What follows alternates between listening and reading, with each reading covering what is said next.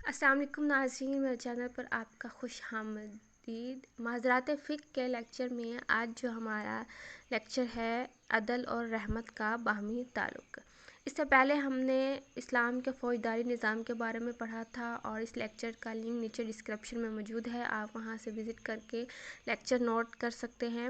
Lecture start کرنے سے پہلے اگر آپ میرے چینل پر نیو ہیں تو میرا چینل سبسکرائب کریں اور بیل آئیکن کو بھی ضرور پریس کریں تاکہ میری ہر ویڈیو کی اپڈیٹ آپ کو سب سے پہلے ملتی رہے۔ آج کا لیکچر سٹارٹ کرتے ہیں۔ ٹاپک آج ہمارا ہے عدل اور رحمت کا باہمی ربط۔ بعض لوگ بددیانتی یا کم فہمی سے یہاں ایک غلط بحث کرتے ہیں۔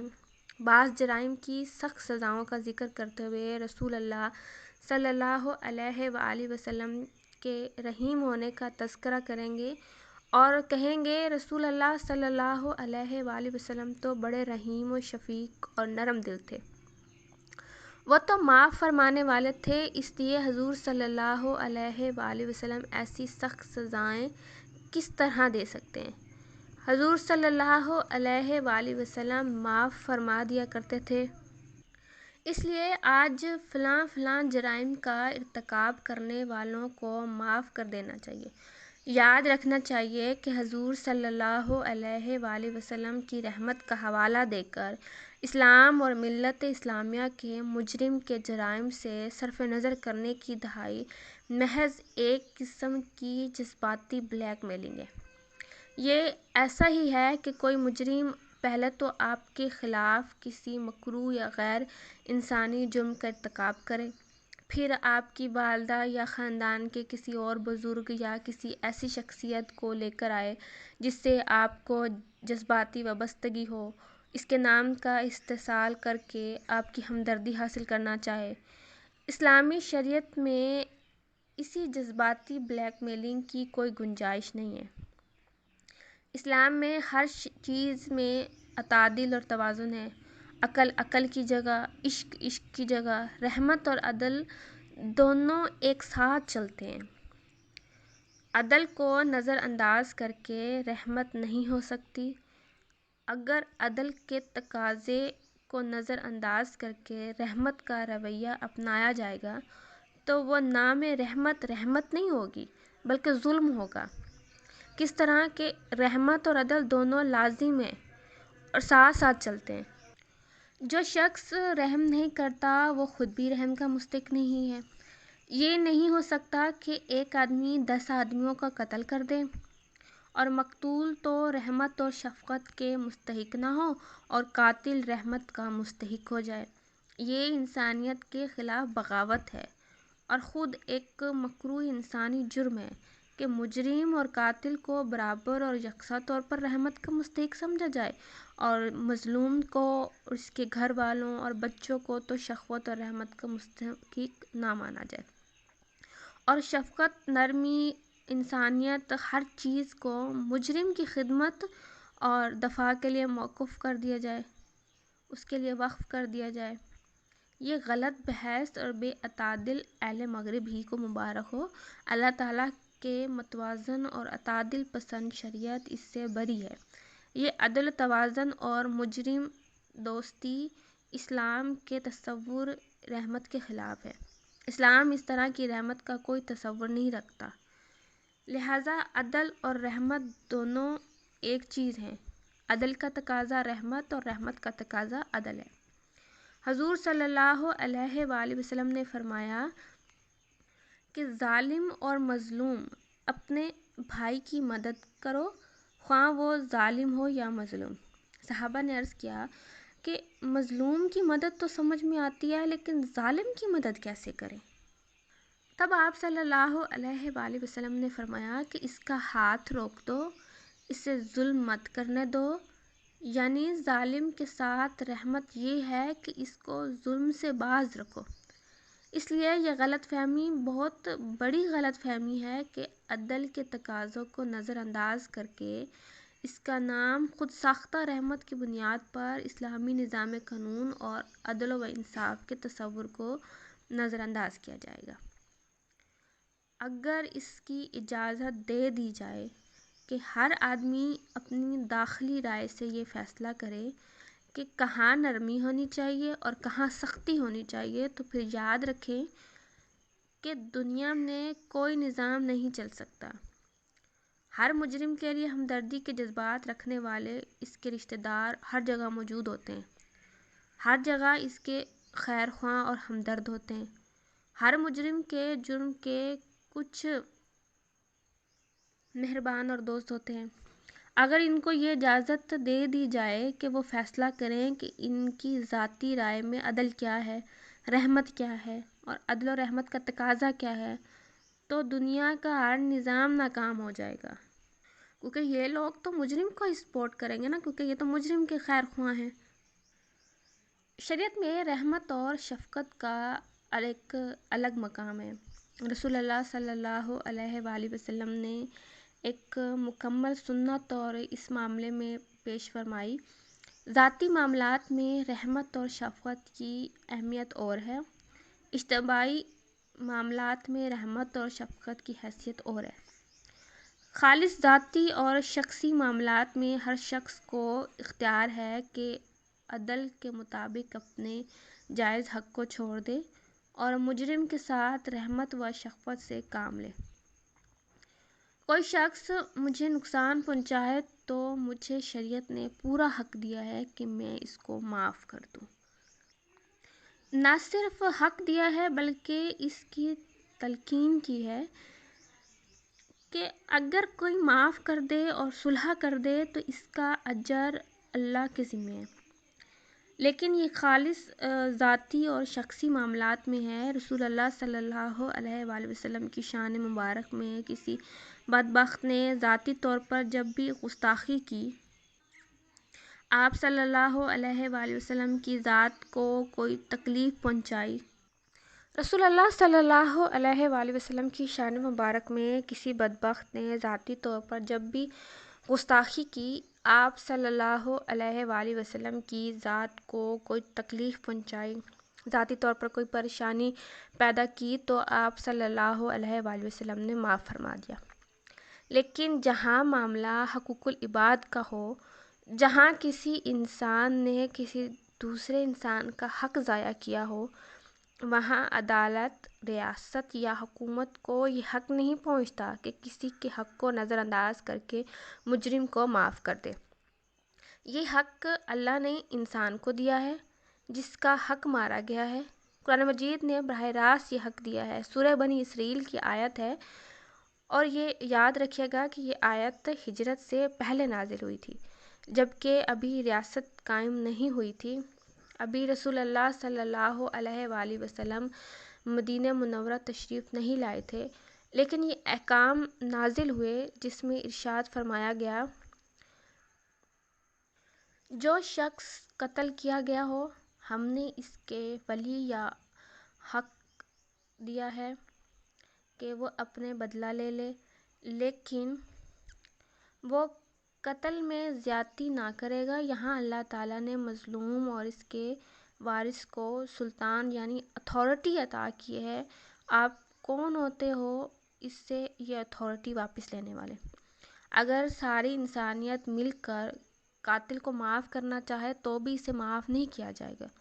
اللہ تعالیٰ نے یہاں صیغہ جمع متکلم استعمال فرمایا ہے، کیونکہ قرآن پاک کا اسلوب یہ ہے کہ جہاں اللہ تعالیٰ کے شاہانہ انداز کا اور مالکانہ شان کو بیان کرنا ہو تو وہاں صیغہ جمع استعمال کیا جاتا ہے کہ ہم نے اس کے وارث کو اختیار دیا ہے، اس لیے حقوق العباد میں کسی کمی اور رد و بدل کی گنجائش نہیں ہے۔ حقوق العباد میں فیصلہ کرنے کا اختیار خود مظلوم کو حاصل ہے، اپنے حق لینا یا نہ لینا اور معاف کر دینے کا وہ خود فیصلہ کرے گا۔ مقتول کے ورثاء یا وارث ہی یہ فیصلہ کریں گے کہ وہ اپنا حق وصول کرتے ہیں یا نہیں کرتے۔ ہمارا اگلا ٹاپک ہے حقوق اللہ اور حقوق العباد۔ جہاں تک حقوق اللہ کا تعلق ہے، اس میں کسی وارث کو بھی معاف کرنے کا اختیار نہیں ہے۔ اگر کسی شخص نے اللہ کے حقوق کو نظر انداز کر کے ان کو توڑا ہے تو وہاں کسی کو بھی معاف کرنے کا اختیار نہیں ہے۔ نہ حاکم وقت کو، نہ ریاست کو، نہ کسی متاثرہ شخص کو، نہ اس کے رشتہ داروں کو۔ کچھ معاملات کے دو پہلو ہوتے ہیں، ایک پہلو حقوق اللہ کا اور دوسرا پہلو حقوق العباد کا ہوتا ہے۔ مثلاً چوری کی سزا میں یہ دونوں پہلو پائے جاتے ہیں۔ اس میں بندے کا حق یہ ہے کہ اس کا مال ضائع ہو گیا، اور اللہ کا حق یہ ہے کہ معاملہ حدود کا ہے۔ حقوق اللہ کے تحت یہ ایک حد ہے، اور حد کے معاملات سارے کے سارے اللہ کے حقوق ہیں۔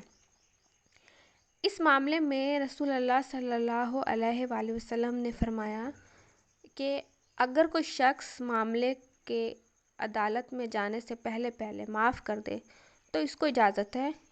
کسی کے گھر میں چوری ہوئی اور اس نے اسی وقت معاف کر دیا، وہ معاف کر سکتا ہے۔ لیکن جب معاملہ ریاست کے نوٹس میں آ گیا، ہمارے نظام کے تحت FIR درج ہو گئی، عدالت میں شکایت دائر ہو گئی، تو پھر معافی کا اختیار کسی کو نہیں ہے۔ مسجد نبوی میں ایک صاحب آرام فرما رہے تھے۔ ایک قیمتی چادر سر کے نیچے رکھی ہوئی تھی اور سو رہے تھے۔ ایک شخص آیا، اس نے چپکے سے ان صاحب کے سر کے نیچے سے چادر نکالی اور چل دیا۔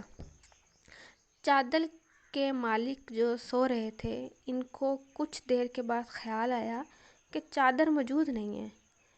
نکل کے دیکھا تو وہ شخص لے کر جا رہا تھا، یعنی مسجد سے باہر نکل کر دیکھا تو وہ شخص لے کے جا رہا تھا۔ پکڑ کر لے آئے اور رسول اللہ صلی اللہ علیہ وآلہ وسلم کی خدمت میں حاضر کیا۔ آپ صلی اللہ علیہ وآلہ وسلم نے پوچھا کہ یہ چادر کس کی ہے؟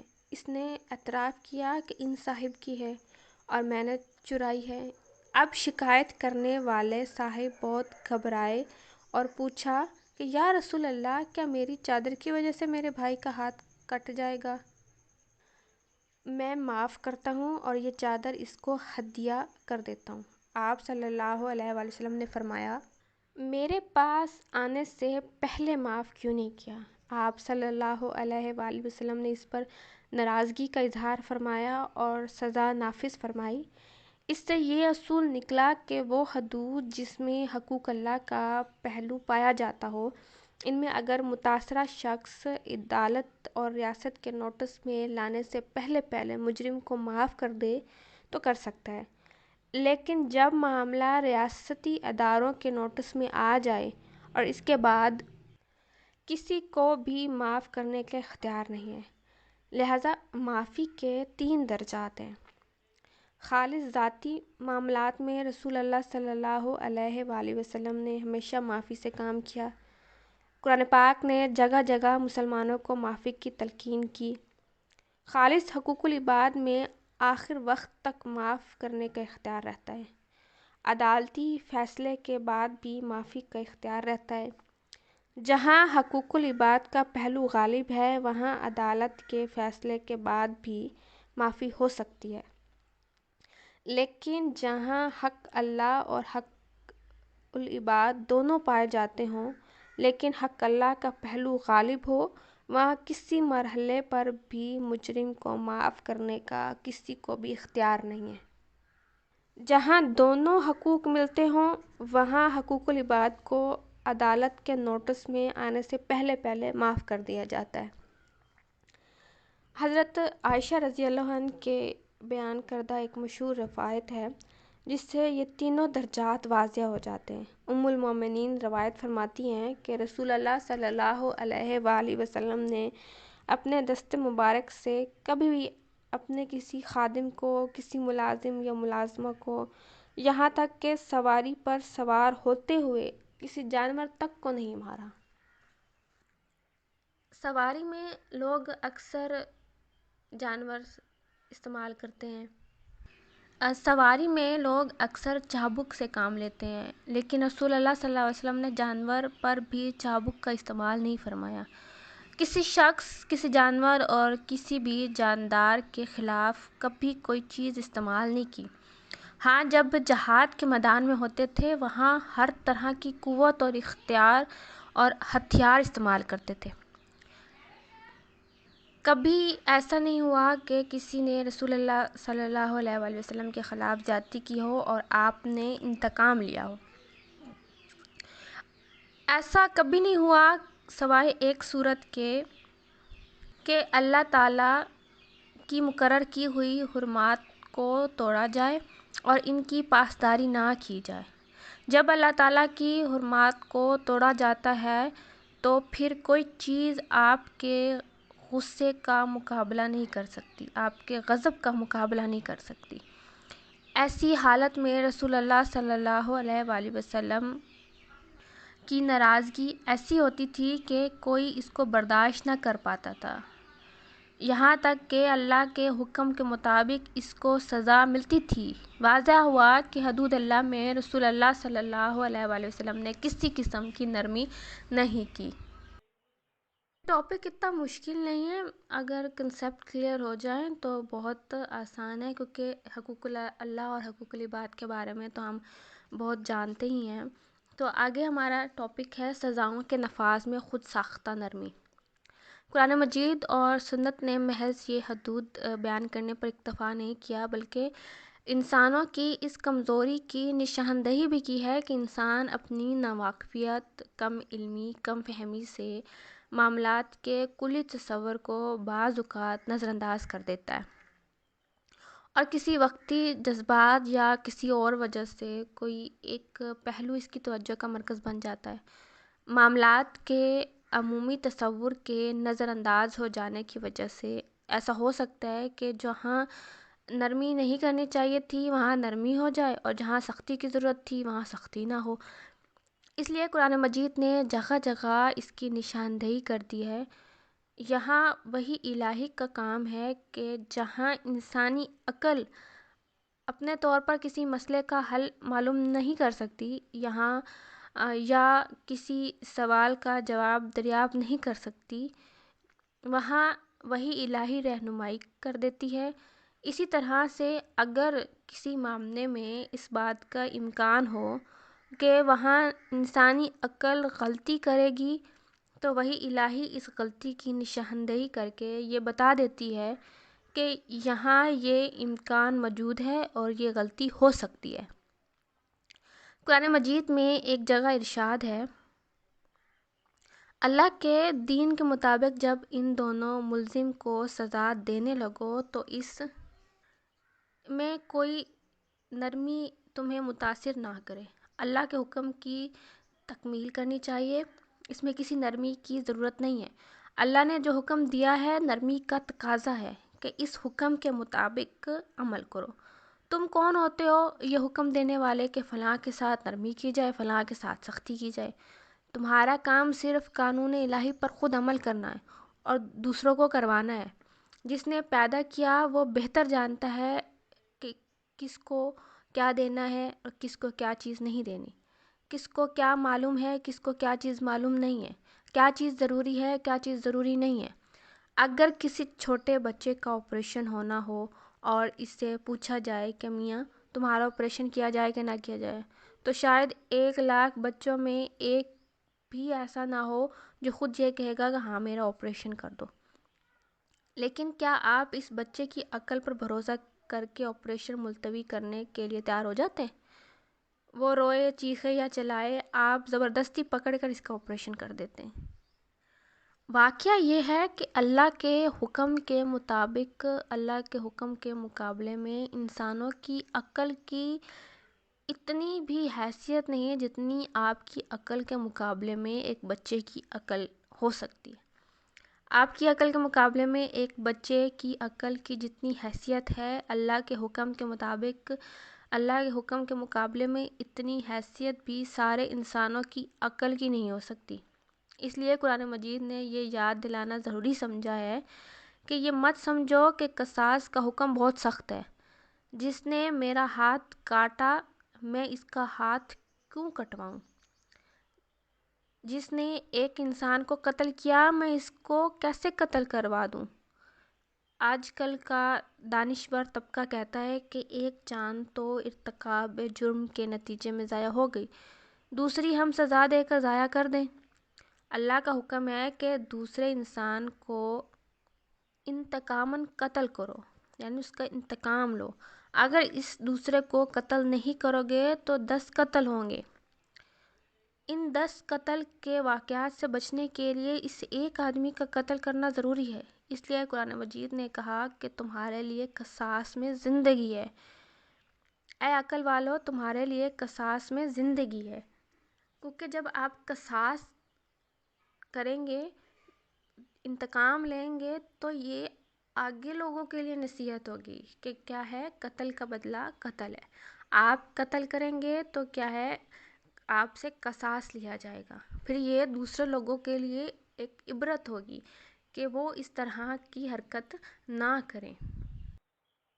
آج کا ہمارا لیکچر عدل اور رحمت کا باہمی ربط کے بارے میں تھا، اور یہ ہم باب کر رہے ہیں اسلام کا قانون جرم و سزا۔ امید ہے آپ کو یہ لیکچر سمجھ آ گیا ہوگا، اور ویڈیو کو لائک کریں، کمنٹ کریں، شیئر ضرور کریں، اور میرے چینل کو سبسکرائب کریں، اور بیل آئیکن کو بھی ضرور پریس کریں تاکہ میری ہر ویڈیو کی اپڈیٹ آپ کو سب سے پہلے ملتی رہے۔ انشاءاللہ نیکسٹ لیکچر کے ساتھ پھر ملاقات ہوگی۔ اب تک کے لیے اتنا ہی۔ اللہ حافظ۔